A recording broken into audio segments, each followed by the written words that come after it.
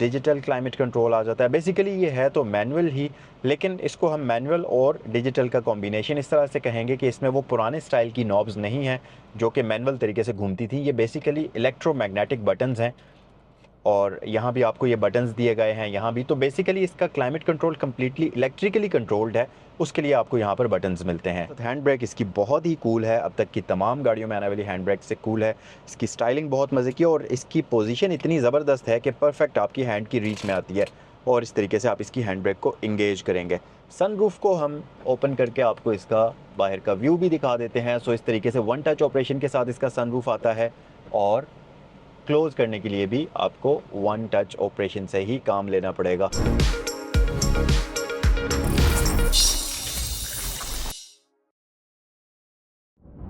अस्सलामुअलैकुम, welcome to cycle motorsports. मेरा नाम है ज़ैनुल आबिदीन और आज की इस वीडियो के अंदर मैं आपके लिए एक शानदार किस्म की होंडा सिविक लेकर आया हूं जो कि सिविक की 8th जनरेशन है।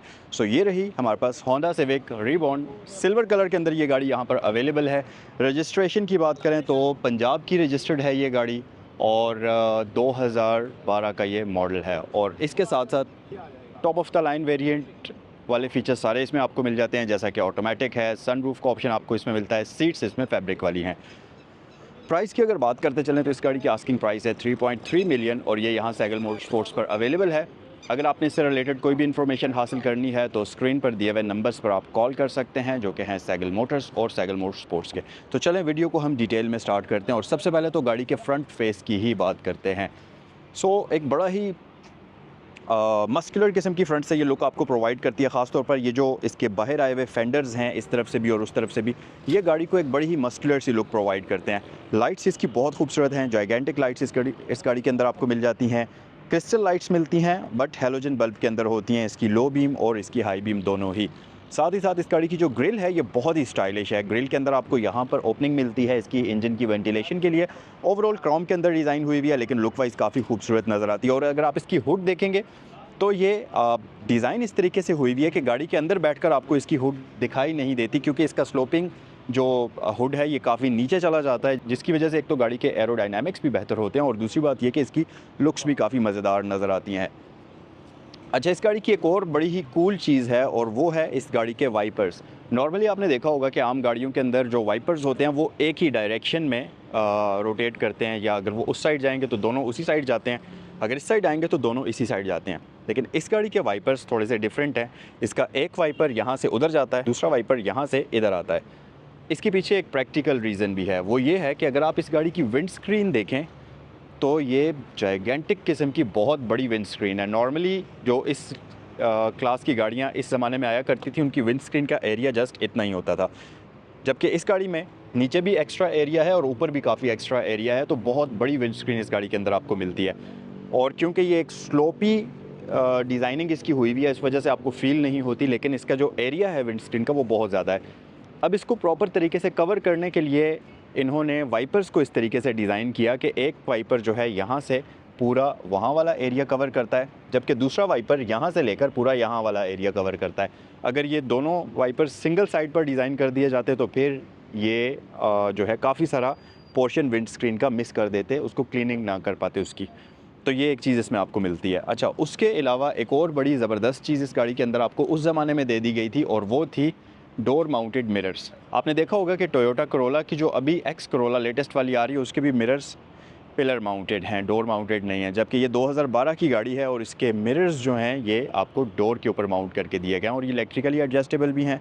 इनके ऊपर आपको इंडिकेशन यहाँ पर मिल जाती है। तो ये सारी चीज़ें आपको उस ज़माने में ये गाड़ी ऑफ़र करती थी और इन सारी चीज़ों के साथ साथ सनरूफ तो हमारे पास मस्ट है, इसमें वो है ही।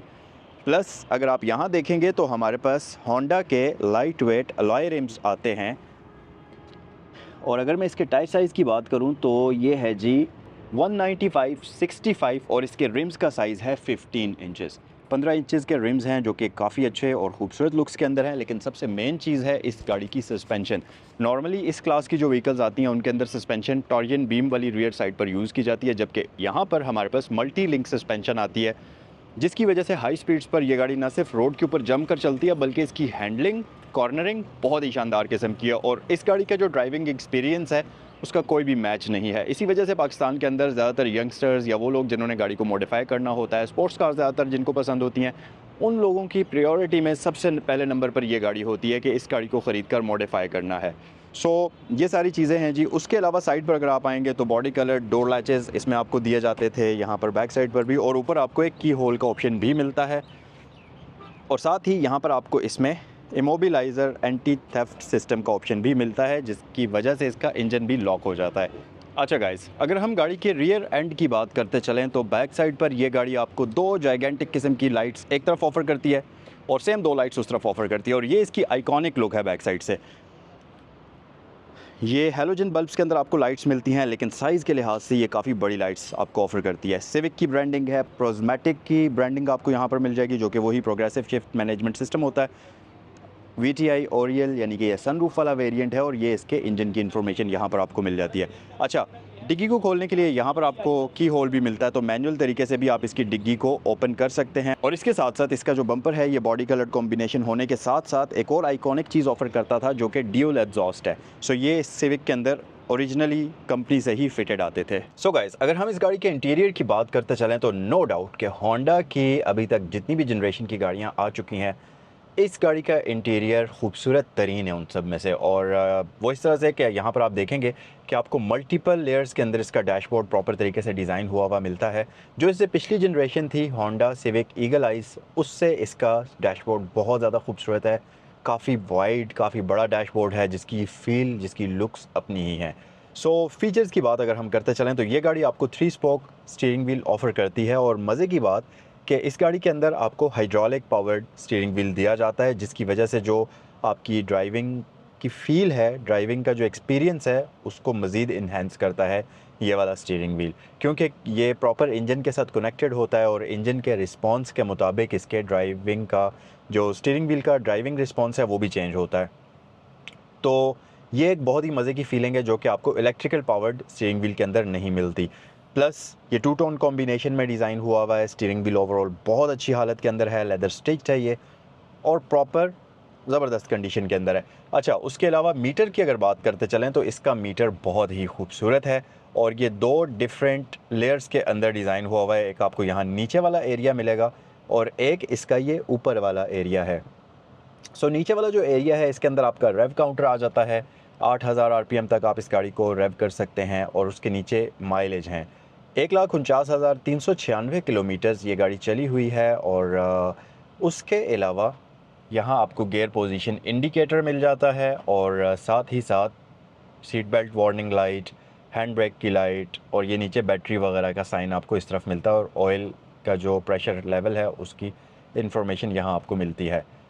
ऊपर अगर आप देखेंगे तो इसमें आपको स्पीड मीटर मिलता है, जो कि डिजिटल फॉर्म में होता है, और साथ ही साथ इस तरफ हमारे पास फ्यूल इंडिकेटर आ जाता है, और लेफ़्ट साइड पर हमारे पास इंजन हीट इंडिकेटर आ जाता है, जो कि तीनों ही डिजिटल फॉर्म के अंदर आपको मिलते हैं। इसके साथ साथ यहाँ पर आपके पास मल्टीमीडिया पैनल मौजूद है, जो कि ये टच स्क्रीन के साथ आता है।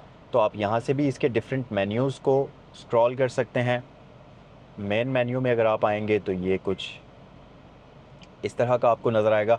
थोड़ा सा ये स्लो है इसका जो ये एंटरटेनमेंट सिस्टम है, उसकी वजह कि ज़ाहिर है काफ़ी पुराना है। उस ज़माने में ये चीज़ काफ़ी बेहतर थी अपनी उस ज़माने के लिहाज से अगर देखें तो ये टेक्नोलॉजी काफ़ी मज़े की थी। अच्छा, उसके अलावा नीचे आपके पास डिजिटल क्लाइमेट कंट्रोल आ जाता है। बेसिकली ये है तो मैनुअल ही, लेकिन इसको हम मैनुअल और डिजिटल का कॉम्बिनेशन इस तरह से कहेंगे कि इसमें वो पुराने स्टाइल की नॉब्स नहीं हैं जो कि मैनुअल तरीके से घूमती थी। ये बेसिकली इलेक्ट्रोमैग्नेटिक बटन्स हैं, और यहाँ भी आपको ये बटन्स दिए गए हैं यहाँ भी। तो बेसिकली इसका climate control completely electrically controlled है, उसके लिए आपको यहाँ पर बटन्स मिलते हैं। हैज़र्ड लाइट स्विच सेंटर में हमारे पास मौजूद है, और उसके साथ अगर आप नीचे आ जाएंगे तो आपके पास एक स्टोरेज कंपार्टमेंट है। यहाँ पर सिगरेट लाइटर आपको मिल जाता है। यहाँ पर एक स्टोरेज कंपार्टमेंट है जिसके नीचे आपको काफ़ी अच्छी स्पेस मिलती है। गियर्स की बात करते चलें तो ये गाड़ी आपको ऑफ़र करती है पार्क, रिवर्स, न्यूट्रल ड्राइव, फिर 3, 2 और लास्ट में 1 गियर का ऑप्शन है। और ये प्रोज़मेटिक ट्रांसमिशन आपको ऑफ़र करती है, जो कि प्रोग्रेसिव शिफ्ट मैनेजमेंट सिस्टम होता है। इसके साथ साथ हैंड ब्रेक इसकी बहुत ही कूल है, अब तक की तमाम गाड़ियों में आने वाली हैंड ब्रेक से कूल है। इसकी स्टाइलिंग बहुत मज़े की, और इसकी पोजीशन इतनी ज़बरदस्त है कि परफेक्ट आपकी हैंड की रीच में आती है, और इस तरीके से आप इसकी हैंड ब्रेक को इंगेज करेंगे। पीछे आपके पास कप होल्डर्स वगैरह मौजूद हैं, इनके ऊपर भी ये कवर है और ये कवर्स भी बड़ी अच्छी कंडीशन के अंदर हैं। यहाँ पर देख लें आप, यहाँ पर देख लें। नॉर्मली सिविक्स के अंदर ये चीज़ें टूटी हुई होती हैं, लेकिन इस गाड़ी की बहुत अच्छी कंडीशन के अंदर हैं ये भी। अच्छा जी, डैशबोर्ड की बात करते चलें तो इस गाड़ी के अंदर आपको फ्रंट पर 4 एयर वेंट्स मिलते हैं, यहाँ पर भी है, यहाँ भी और वहाँ भी। इसके साथ साथ ग्लव बॉक्स हमारे पास अच्छे और डिसेंट साइज़ का आ जाता है। प्लस इस मिरर के अंदर ऑटो डिमिंग नहीं है, ये सिंपल मैनुअल वाला आपको मिरर मिलता है। और इसके साथ साथ सनशेड्स की अगर बात करते चलें तो यहाँ पर हमारे पास वैनिटी मिरर का ऑप्शन मौजूद है और ये दोनों ही साइड्स पर आपको मिल जाता है। इसके अलावा ये आफ्टर मार्केट इसमें एलईडी लाइट्स इंस्टॉल्ड हुई हुई हैं। नॉर्मली इस गाड़ी के अंदर हेलोजन बल्ब में आती हैं।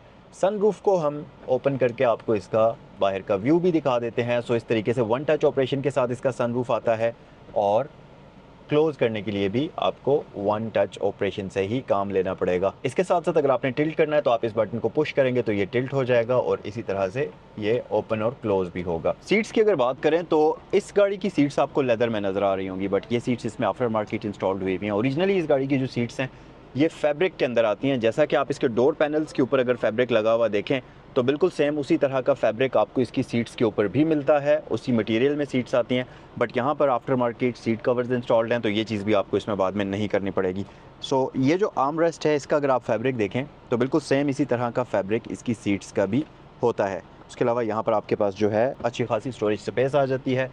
सो ये था इस गाड़ी का कम्प्लीटली फ्रंट इंटीरियर। आइए ज़रा बैक साइड पर चलते हैं और इसका रियर इंटीरियर एक्सप्लोर करते हैं। सो गाइस, मैं इस वक्त सिविक की बैक साइड पर बैठा हुआ हूँ और एक चीज़ जो आप नोटिस करेंगे वो ये है कि इसका बैक साइड पर जो फ्लोर है वो थोड़ा सा आगे की तरफ स्लोपिंग शेप में आपको डिज़ाइन करके दिया हुआ है।